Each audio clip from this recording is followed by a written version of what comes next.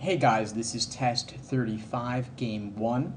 This is an in-out game, also known as selection. We're dealing with the astronauts here.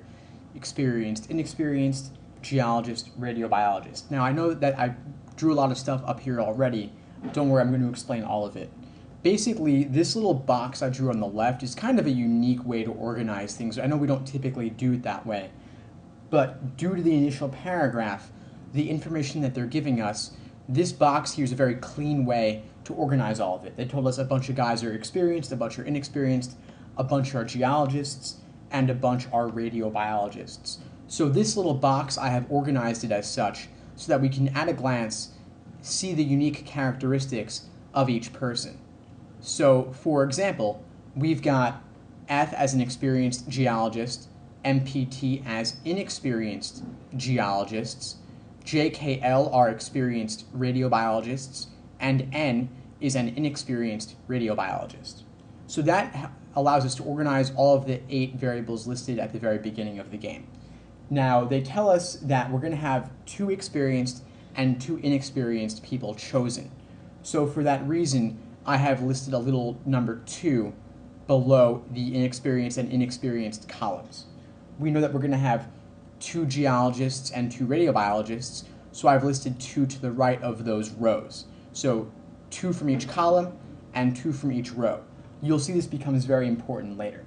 They tell us that either P, L, or both is selected, so I've made a little in-out table. P or L, one of those 2 things is in, and remember the initial paragraph told us that there are going to be 4 people in, and since there are a total of 8, we're also going to have 4 of them out. Now at the bottom, I've drawn F arrow N, also N arrow F, a double arrow. Why have I done this? Well, it's due to the combination of the unique characteristics of each astronaut, as well as the little number 2s I've written to the side of each column and row. If F were chosen, we would only be able to choose 1 additional geologist. So 1 of MP or T. So it's like F would be in, 1 of MPT would be in. Now, if we're only choosing exactly 1 of MPT, we would need to have a second inexperienced astronaut, and N is the only person who could have done that. So now we see F indirectly requires N. Also, F requires N by way of JKL. If F were chosen, we need 1 more experienced astronaut, 1 of JKL. Since we have only 1 of JKL being chosen, we will need a second inexperienced radiobiologist, meaning 2 radiobiologists altogether. We would need N. Similarly, N requires F, both by way of JKL going left and up, and also by way of MPT going up and to the left. So that's why F and N require each other. If 1 is in, the other will also be in, meaning that we always have both of F or N in, or we will lack both of F or N. So this is the initial setup for the game. Number 1. What is a general acceptable selection of astronauts, meaning your typical orientation question, which list is a list of astronauts that could all be in? Well, we know that we've always got to have at least one of P or L in, so we can run through the choices. Any choice not mentioning at least one of P or L will automatically be eliminated. A lacks both P and L, so A is eliminated. B and C both have P at least, so they're good. D and E both have L at least, so they are good on that issue.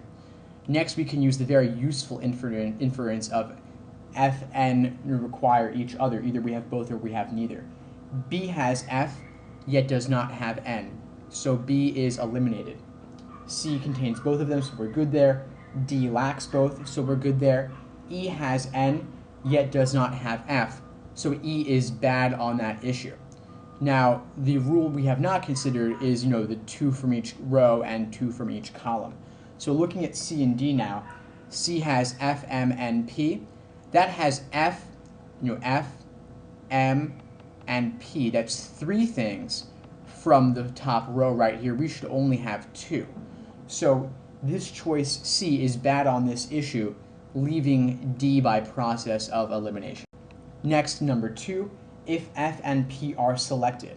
So F is experienced geologist, P is inexperienced geologist. That's 2 from that top row right here, the geologist row.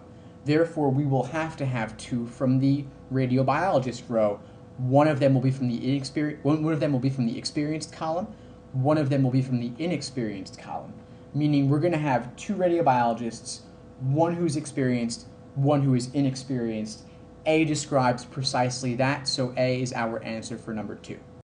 Next, number 3, if F and J are both selected, who else must also be selected?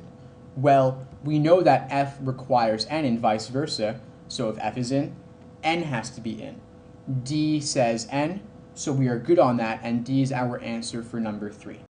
Next, number 4, if M and T are selected, who is a could but not a must for additional inclusion? Who else could we have in, yet we don't need to have in? So M is an experienced geologist. T is also an inexperienced geologist. So we've already got 2 from the top row of geologists and 2 of the inexperienced column. Therefore, we will need to have 2 experienced radiobiologists. We will need to have 2 of these guys from this particular box in order to have 2 from the experienced column and 2 from the radiobiologist row. Now, since we did not choose P from the inexperienced geologist box right here, we're going to need to have L. We gotta have L because of the P/L rule, the 3rd condition of the game. So L needs to be in. And then in addition to L, we could have, yet do not need to have, one of J or K. So either J or K would be a valid answer to this choice. B says J, so we're good on that issue. L is a choice for number 4, but is not the correct choice because L is a must, not simply a could, yet not a must. So it's not C, it is B for number 4.